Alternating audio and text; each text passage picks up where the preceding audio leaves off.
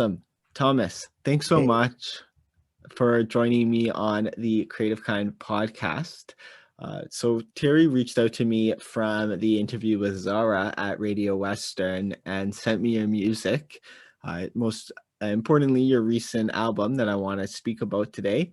And yeah, I was just like totally blown away. It was the kind of music that I personally needed to listen to right now in my life. But I feel like this album is very important. Just the messaging that's on it is very powerful and empowering.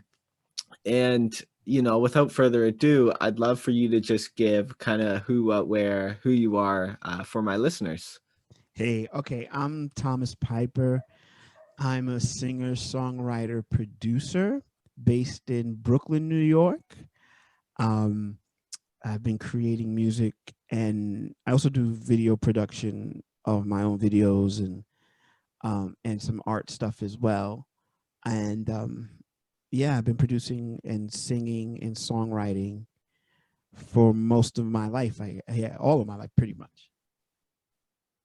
And I have, that's it. I mean, I have an album coming out. I'm out. That's out now too. Permission to Live. Awesome. I love that. And one thing that from watching some of your YouTube videos, from listening to the album, one thing that I admire is that you bring a very multidisciplinary approach to every project that you do. And it's something that I always admire. I find a lot of musicians, they're very DIY in that aspect. And it's something clearly that, you embody because you have that video production, because you have the art background as well. Right. So for you, when we talk about more on the musical side, how did that album kind of take shape, and what are some of the instruments that you use, because you do a lot of the vocal, I know you also use like an MPC, you do a lot of beat mixing, but what else kind of went behind that album? Um, Musically or just the whole thing. Speaking musically for right now. Um, Musically, the album was well. It had a theme first, and so and I kind of tried to get certain try to make music that fit the idea of the theme. So I kind of I make the whole the song and the vocals and the lyrics all kind of come together all at the same time most cases, except for maybe Supply Life, which was a track that was sitting around that as I'm walking from the gym the idea hit me. Most of the hmm, most of the most of the music is done on I'm an Ableton producer, so I use and I play Ableton Push. I also play keys. I play a little guitar, but I didn't play guitar on this record at all, actually. I just did everything in the computer. And I was a drummer. I took drum lessons for a long time. So you can hear that. And then I sing. So musically, I kind of do them all at the same time. A lot of stuff, a lot of synthesizer stuff, a lot of Moogs. I got synths, and then a lot of software instruments, and a lot of layering of vocals in Ableton. Most of the vocals are me, except for a couple of songs where I had some great people sing some backgrounds for me, like two or three songs, I think it is, on the album. I had background singers, but most of it was me, and most of it was done on my Mac. I had and my laptop, and every once in a while there'll be an idea. Turn Your Life Around. That idea came from a rehearsal, so I was just playing around at rehearsal, and that one came around. Yeah, and that's basically how the whole thing kind of came together musically. Very cool. Yeah. And I like how it has almost this jazzy element with, a strong vocal presence that just has kind of positive reminders. And when we speak about the people who are on the album, there are a few like Zoe Tabry and Lloyd Porter, And I know that Lloyd unfortunately passed away this year because of COVID. So I'm very sorry to hear of that loss, and it sounds like that was someone who was close to you. So maybe just, do you want to chat to me about Lloyd, and let's just take a moment here to honor who he is and how that collaboration kind of came together. Okay. Yeah, Lloyd, when I first moved to Brooklyn, I was actually born in Brooklyn and then, but was basically raised in Long Island. My parents are from Trinidad. And I go back there all the time too. And so when I moved to Brooklyn, I was shooting a video for myself. And, uh, and by luck, we ran into Sean Peters, who's a great cinematographer. And Sean Peters was shooting Gregory Porter's video. So Lloyd Porter is Gregory Porter's brother. So that first Gregory Porter video, that before he became famous and did all stuff with Disclosure and Grammys and all that stuff, he was shooting in Brooklyn, and we were like a block away. So we had a steady cam, so we like, hey, let's borrow this kid. He asked, can I borrow your steady cam? I'm like, okay. I never met him before. Come to the video shoot. And that's how we met Lloyd. This was years ago, almost 10 years ago. And anyway, and we became cool friends. And Lloyd was like the mayor of Bed-Stuy, because that's the neighborhood in Brooklyn I'm in. And everybody knew him, and he was just the greatest person, and he was a helpful guy. He would always come to my shows, help me with my stuff. And so one day I was like, yo, I need some background singers. I know you sing. Come down. So he came down, and it was funny. He never really sang before. It's funny. His brother is Grammy award-winning artist, and I don't think he ever sang on a record before, or maybe not too much, And it was cool for him to do that. So so he blessed the song, and then and then also, so I had he was just doing backgrounds, but when I was mixing the record, right at the end, he had this like there was a clip in Ableton of him just riffing, and I was like, wow, this sounds great. I'm gonna put this at the end of the record. And this was like, he was and I was mixing the record while he was sick, and I was like, yeah, this is cool. And then, so this was before he passed, I'm pretty much sure. But anyway, then he passed with COVID. And yeah, so I kind of had all my good friends on there. We talked all the time, so this COVID thing kind of knocked us for a loop. It was like, but yeah, so it was a little tough. So the whole album's dedicated to him, and a portion of the proceeds go to him. Thank you for sharing that. That's really nice to hear. And yeah, that's cool. The connection there, and all part of the music industry. And yeah, interesting that that this is kind of one of his first tracks, and working on an album, full album, and having that vocal presence. And understanding the situation and when this album came out, June 5th of this year. It's something, a lot of these messages are all about, positivity, all about, turning your life around and just kind of grabbing life and, realizing the now. The album title, right? Permission to Live. Why do you think that in a year in a global pandemic, this message is even more important? Because a lot of people are struggling with mental health. A lot of people are struggling personally, with job loss. And so having that reminder, like, why do you think that that's so important in the state of affairs right now? I think everybody, it's funny, this album, I'll just tell you a quick story. This album, the title came from, because the title's been floating around for a couple of years now, and it came from me doing shows, and I would, I do crowd participation and ask people to like clap your hands or something, and they would look around to the next person as if to ask permission to clap their hands, right? And I'd be like, wow, like they're asking permission to do what they wanted to do, but they were scared to do. And that's where the title came from. Like, well, give yourself permission to live, right? But so when the album was being mixed, the album was done, and I had went to Trinidad the week before to see my parents. My parents in Trinidad now. The week before the whole, maybe 2 weeks before the shutdown started, right when Cephalosha got COVID on the NBA. That's when the new America kind of hit everybody, right? And and I started mixing the record, and and it's funny how this record came at that time because it was already done pre-COVID. It just wasn't mixed, and and I think now people definitely need to give themselves um that, because you might be, because what your definition of life has changed, right? You're locked in the house, you're thinking your life is over, and and but you're still living, and you should be happy because some people aren't. and and so you have to give yourself that, you have to inspire yourself.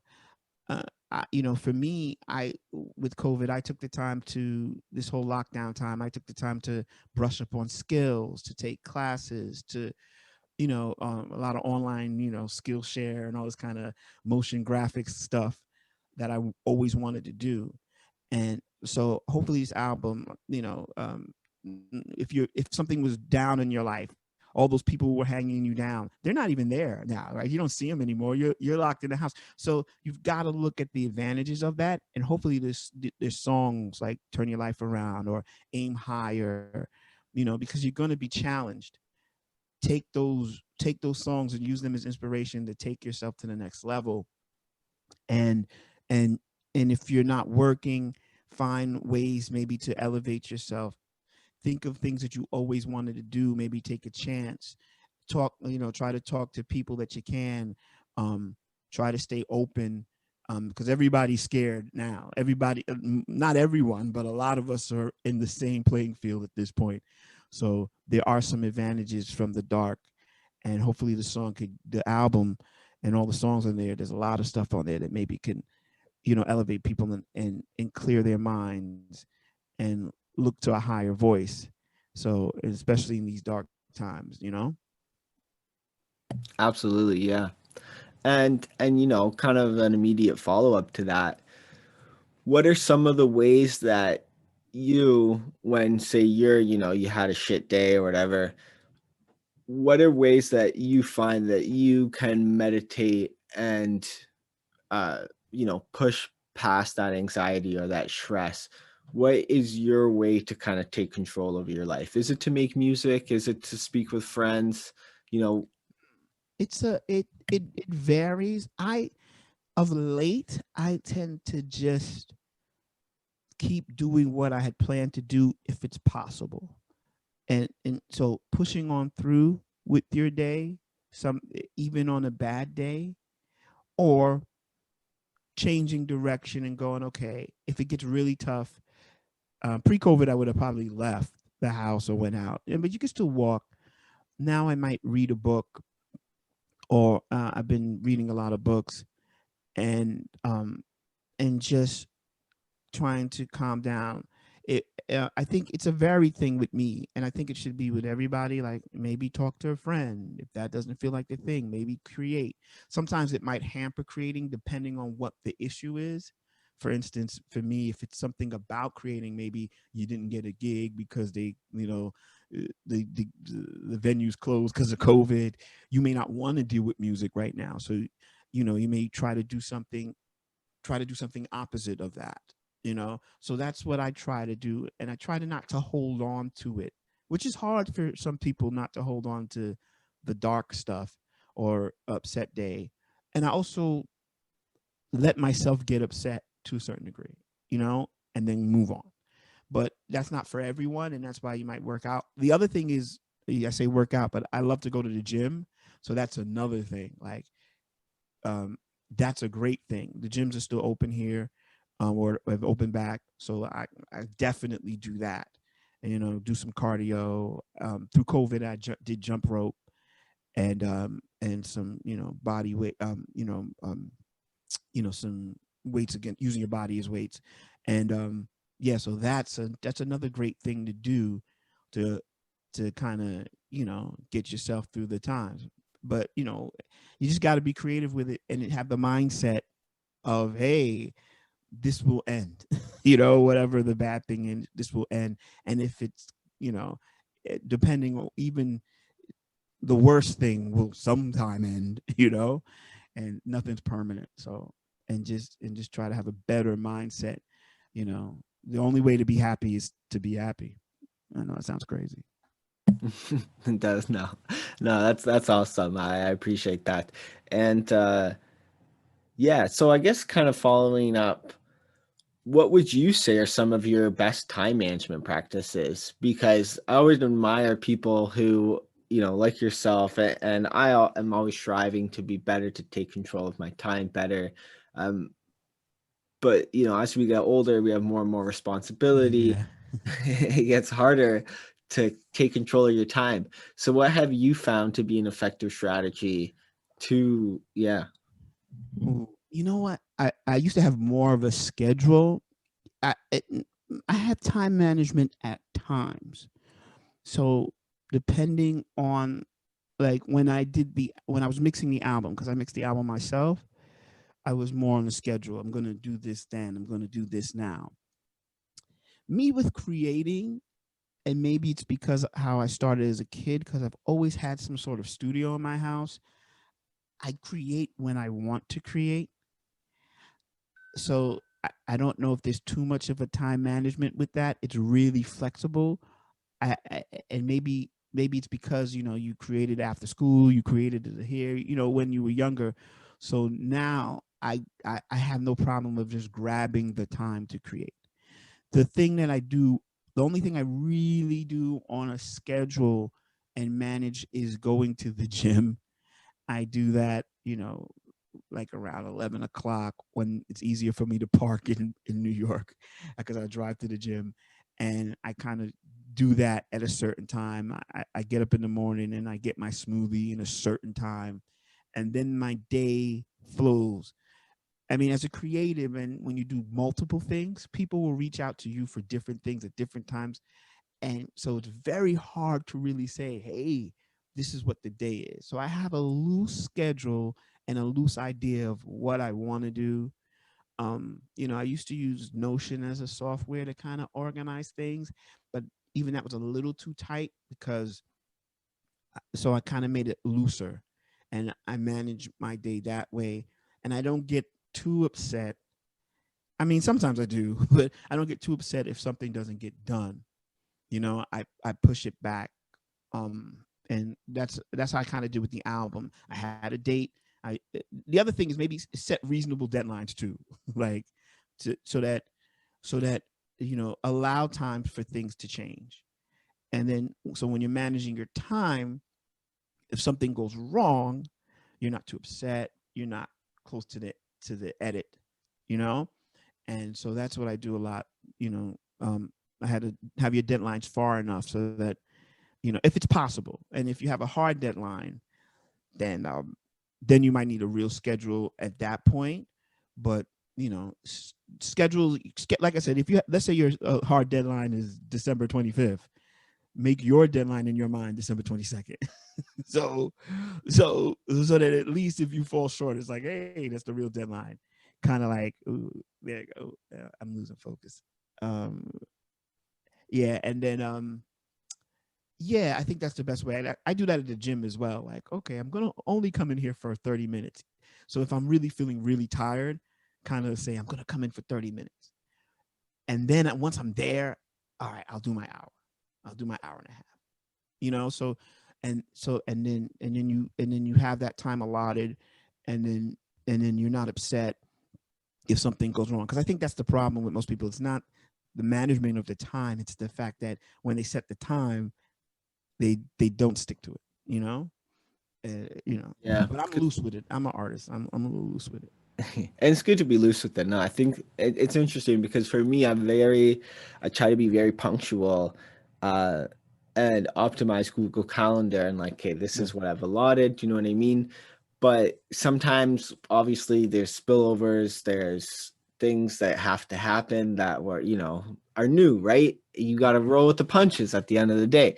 And when you're so rigid, that can easily throw, a wrench in your And if, clockwork. as a creative too, right? Sometimes something hits you. So you've got to allow time for that inspiration to come in. You can't, sometimes something will make me go and create, you Hmm. know? Uh, and that, if you stop that emotion, you're doing yourself a disservice, because that could be something really special and it doesn't happen often. So for me as a creative, I'm famous for just stopping everything and going, okay, we're doing this now. This is going to happen, because my ultimate goal is to have work. My ultimate goal is to have content at the end of the day, right? If I don't have work, then what am I doing? You know what I mean? That's my ultimate goal. So that takes precedence. And if I have to stop something for that, because and keep going, I keep going, and so as a creative, it's a little, schedules are weird, because sometimes one, you're in the middle, you had set a schedule for a certain time, but you're still working and you can't stop, because you just can't. You're not done. Or this is such a great idea, I know I have to go to Whole Foods to get something, but you know what, no. Or man, I got this meeting, but we're in the middle of this. All right, how does this work, you know Yeah. so so that's the thing as a creative, especially a musician, where ideas can literally fly in your head, and if you don't even, if you don't put it in your voice recorder quick enough, it's gone, and then you're like, man, this could have been something special. So that's where, you have to allot some time and just don't get upset, and or so, or and that's the difference for me. No, that's cool. Yeah, it's like the flow state, right? Like Yeah, as a creator, we have states of flow, and that, states of concentration where, we do our best. And there's certain things in life that, we can allow for that flow to come, and there's things that will say block that flow, and a yeah, lot of that is based on our habits, right? right. Yeah, so no, it's a really good point you make about, a state of flow. And I feel like people struggle with that because we live in an age of, these, right? Where you're Yeah. being in a state of flow, and then boom, you get notifications. And so how, when you are in that, that channeled state, how do you find time to kind of make sure that, not find time, but how do you make sure that that is the state and you're going to do the best? Because I think that we're bombarded with distractions, and so we're bombarded with responsibilities and, deadlines and everything you mentioned, right? So what do you do to ensure that your flow lasts longer but is as productive as possible? I'm keep it very real with you. Once I'm rocking, I'm rocking. I mean, it's just, and maybe that's because of, like I said, as being a kid, my parents are pretty liberal with the creative state. Once I rocked, I rocked. I was they never, God bless them, they didn't complain at 3 o'clock in the morning with the music going. You know what I mean? They just didn't. And so I just, once I rock, I rock. I just go, and I don't stop. The notifications will just go bing, bing, bing, bing, bing, and I'm like, and I'm in another planet, especially if it's really good. And even if I'm video editing, same thing. If I'm editing beat design, or if we get hired for something or whatever, it's the same thing. I'm in the state. I'm one of those people. I won't. You call, I just bloop, take. I don't care. The message gets thing, because you know what? And maybe because I know that pre cell phone, when you were a kid and life went on, you didn't. Life will go on. You know what I mean? You call them back. I'll text you back. And I'm one of those people too. Like when I go to sleep, the phone is not in the bedroom. You know, my phone is downstairs. My phone. That's it. I'm going to sleep. I'm getting my 8 hours. You know what I mean? If it's an emergency, it'll ring so many times that I'll probably somehow it'll happen. You know, so that's kind of, at least with creative, the creative time is sacred to me. You know, in that way, because I enjoy it so much too. And you know, if it's great, I'm not gonna stop. I mean, I'm just not. So that's what I do. I mean, honestly, it's just, it doesn't get in my way that way. It's the other things in life where I have to, you know, okay, how do I juxtapose family and time and this? But I think everybody who knows me knows, oh, he once he's rocking, just let it happen, you know. So, you know, that's what it is. Yeah, absolutely. That's yeah, just let it rock and let it happen, right? And just kind of let the flow go and see where it takes you. Yeah, and you know, and try to, and at least finish your thought, you know. There's Hmm. many times I was supposed to leave someplace and I'll, you know, I'll at least finish up to where I think I've got enough to come back to, if that Yeah. makes sense. So in other words, you might, if I'm in the middle of a song, for me, especially like chord progression or vocal idea, hook idea, once I get, if I'm in the middle of that, I'm not stopping until that is done, Hmm. right? And then after that, then I can stop, because I, the core of the song is done, right? So to me, the core of the song is whatever that hook is going to be, because I'm a hook person first, then lyric. You know, now I might have an idea for a song, but so I might say, oh, I'm going to talk about this, but if I don't get the hook, I'm not, you know, this is not going to happen. And then the whatever that chord progression melody thing is, and so after that I can probably stop, because any that can change, drums can change, um you know, backgrounds can change, melody line for verse can change, you know, all those things can change.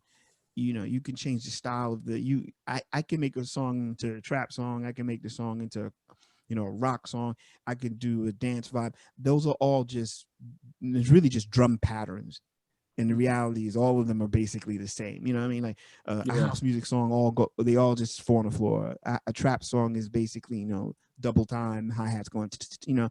Um, a rock song is, you know, backbeat, boom, bat. I mean, generally, you know, electronic music, you know, whatever the vibe needs, I could. Those are all drum stuff. I could do that anytime. But so I'll stop. I can stop after I get the musical part, because that's the hard part, you know. And once I get that music and the hook, then I could take a break. I could leave. I could go. But until I get that, I'm not stopping. Yeah. I love that. Yeah, that's cool. And to hear it from, you as a musician, it's interesting and it's inspiring, to be honest. It's inspiring. And so, kind of coming up to a wrap here, I wanted to ask you, is there anything you're working on? Is there anything you got coming up? I know, you're still on the tail end and writing this new album. Uh, Maybe we'll give that a plug, but absolutely people need to check this album out. It's very inspiring. I love this album. I've been playing it on repeat since Terry first sent it to me. So shouts out to Thanks. Terry. Uh, but yeah, is there anything else? Like, what does 2021 look like for you, man? 2021 is the videos for Permission to Live. So Sweet. all we have one video for Dreamers Manifesto coming. That's it's actually in the can. It's done. We have a video for Aim Higher, which I'm working on. So that's that. I do a so I'm gonna try to do as many videos for the album. I'm taking a different approach where I'm kind of stretching out the album longer with Mhm. videos. So that's the one thing. The next thing is Beat Design, which is my like YouTube channel show, and we just did the first episode of this season of Beat Design. So that just dropped Friday. So we're doing that every week, and that's gonna be. I took a break from it through the COVID time to kind of make sure the album and give the album 100% of the love. So that's coming back. So those are my two main things for the next year: Beat Design into the next year, and maybe bringing in I'm going to try to expand the show a little bit too as well. Usually it's just me improvising, so I just make a beat and a song. So kind of the same process that I was just talking about, where I get the core of the song, but I'm just going to but what I do is I videotape and put it on YouTube, me making it up from my head, off the head, improvisation kind of vibe, and loop vocals and get the idea, and then I stop, and that's basically the show. But it's interesting to see. And then after that, sometimes I'll talk about tech. Like this week I talked about the MacBook Air M1 and stuff like that. So, or I might break down the records from the album for Permission to Live. So that's what Beat Design is going to be this year, and it's going to be in support of the album, but also in support of just pure creating. And this way I get to do, and the beauty of Beat Design is I get to do my video and my music production and my singing, all the stuff that I love in one big block. So that's what the future holds, is all these wonderful video ideas that I have for Permission to Live album. I think that the two are great so far. The Dreamers Manifesto is a cool, great idea, dropping in January, and Aim Higher is going to be sci-fi. I'll give away that, but and that's going to be cool. So those are the two. Amazing. Yeah, I'm pumped to see that, and I'll have something I'll follow up with after this is done. But yeah, just to say, I'll say it now, it'd be sick for me to come and film one of those with you, because I've never been in New York, never been in New York. Yeah, well, obviously New York, Brooklyn, but because I know Brooklyn's kind of its own, I mean, it's part of New York, but like Brooklyn, like it's its own distinct flavor. But yeah. And Bed-Stuy is its own flavor. It's a whole other spice. Yeah. That's awesome. Yeah, man, I would love to visit, and hopefully maybe second half of 2021. I'll we'll discuss. I have plenty of space. Come and hang out. Yeah, it'd be cool to visit that studio that you're in right now. And yeah, my old roommate he's from New York. And yeah, he's an amazing guy. So yeah, but anyways, we can chat about that later. That's it's plans for another day. But I also wanted to quickly mention season 3 of the podcast is all about people who work in film and video. This season's all about entertainers. So it'd actually be cool to have you back on season 3 and have a conversation just about that. But totally focus on video. Yeah. Yeah. That was kind of my day job for a little bit, in a weird way. I was doing stuff for jazz, helping a friend in a jazz label called Motema. They used to have Gregory Porter and all that stuff. And I did do some stuff for Sesame Street too as well. So wow. So yeah, so video's another one of my passions. Yeah. Okay. Wicked. Yeah. Let's definitely reconnect then in the next season. And then like 2 questions here left. Second last question. Where can people connect with you? What's the best way to listen to your music? Follow you on social? Just time to give yourself a quick plug. Okay. Instagram, I think it's Thomas Piper. Twitter, Thomas Piper 1. On Twitter. But I'm a big IG guy. I'm there. So hit me on IG and on my YouTube, where my beat design is. You just type in Thomas Piper, you'll see me. And that's a great place to check. And I generally drop my videos there at 8:30 on Fridays. So there's a little premiere chat. So you could actually chat with me on Fridays at 8:30. And so that's the best place. And then to listen to music, Bandcamp, and then iTunes and Spotify, obviously. But Bandcamp, I have a subscription. So all the beat designs come out on Bandcamp, starting with this one. That was last Friday. Well, whatever day this is thing.